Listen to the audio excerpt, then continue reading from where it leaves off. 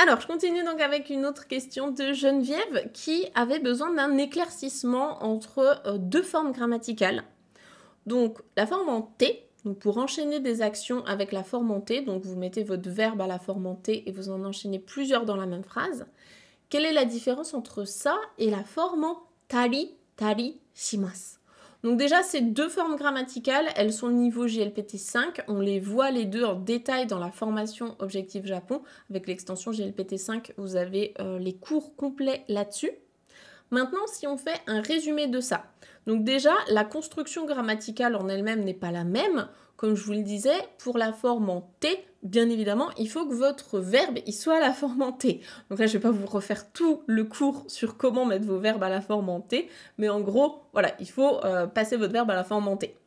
De l'autre côté, on a la forme en tari. Donc ce tari, en vérité, c'est votre verbe à la forme en ta plus ri. Donc vous rajoutez juste un ri, un hiragana ri derrière. Donc vous avez votre verbe à la forme en ta, ri. Vous avez un deuxième verbe dans la phrase à la forme en ta, ri. Et derrière le dernier verbe, donc vous pouvez en mettre 2 ou 3 dans votre phrase, vous n'en mettez pas 40 parce que ça fait un peu beaucoup, on va dire 2 ou 3, c'est pas mal. Et donc à la fin de votre phrase, après le dernier verbe en tari, vous devez rajouter le verbe shimasu. Donc si vous parlez à la forme familière, vous mettez suru, c'est pareil. C'est pour ça que moi je l'appelle la forme en tari, tari, shimasu, parce qu'on est obligé d'avoir ce shimasu à la fin, il ne faut pas l'oublier. Ça, je vois souvent des élèves qui l'oublient. Donc ça déjà, c'est pour la construction de phrase, c'est pas la même chose. Maintenant, en termes de signification, qu'est-ce qu'on a comme différence là-dedans? Les deux formes vous permettent de mettre plusieurs verbes dans la même phrase. Donc ça, c'est déjà pratique pour éviter de faire une phrase, point, une phrase, point, une phrase, point. Voilà. On peut mettre plusieurs verbes dans la même phrase et les réunir, ce qui est un peu plus naturel. Ça permet voilà, de relier vos phrases, de faire des textes et puis des discussions qui sont un peu plus naturelles. La forme en T, vous enchaînez, vous mettez plusieurs verbes dans votre phrase. Donc ça peut vous permettre par exemple de raconter ce que vous avez fait de votre journée. J'ai fait ça et ça. Donc je vous donne un exemple tout bête.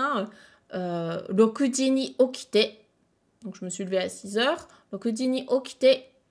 Asagohan o tabete. J'ai mangé le petit-déj. Et hatarakimashita. J'ai travaillé. Voilà. Donc je fais ça, j'ai fait ça, j'ai fait ça. Maintenant, la forme en tari, tari, shimasu, elle te permet également de mettre plusieurs verbes dans la même phrase.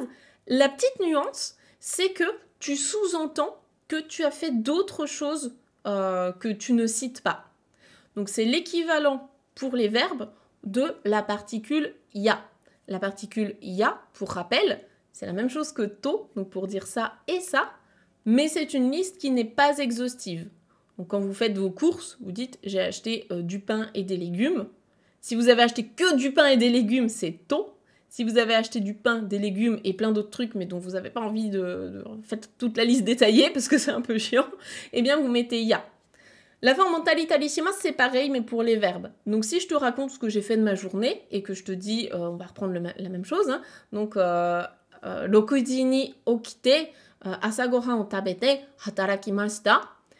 Si je veux te faire comprendre que j'ai fait ça, ça et ça, mais aussi d'autres trucs dans ma journée, peut-être que je suis allée me balader, peut-être que, je sais pas, j'ai téléphoné à un ami, etc. Là, je peux remplacer et mettre la forme en tali tali shimasu.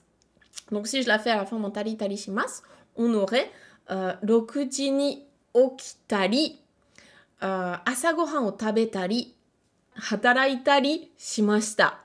Donc tari, tari, tari, et pas oublier le shimasu. Moi j'ai mis au passé shimashita.